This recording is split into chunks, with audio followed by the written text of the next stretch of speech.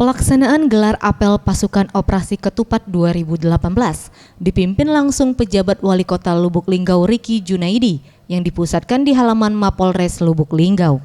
Polres Lubuk Linggau selain menyiapkan 54 personil, turut juga dibantu ratusan personel dari instansi terkait seperti Dinas Perhubungan, anggota TNI, Dinas Kesehatan, Satpol PP, serta anggota Pramuka.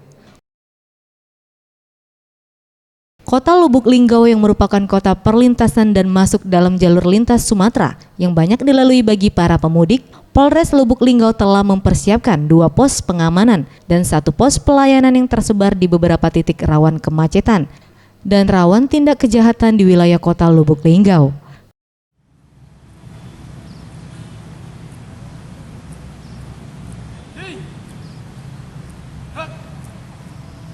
Kapolres Lubuk Linggau AKBP Sunandar mengatakan, dalam memberikan rasa aman kepada para pemudik, personil yang ditugaskan di pos pengamanan di sepanjang jalur mudik diperintahkan melakukan patroli secara rutin.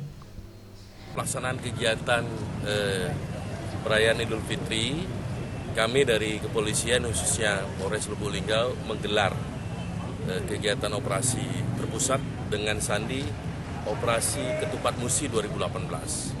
Hasil koordinasi kami dengan pemerintah Kota Lubuk Linggau, ya, kami akan mendirikan 2 pospam, 1 rest area, kemudian 1 pos pelayanan. Ini akan kita gelar bekerjasama dengan pemerintah kota.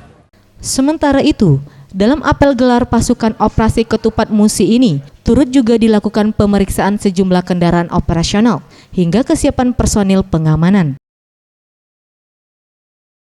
Tim Liputan Sriwijaya TV.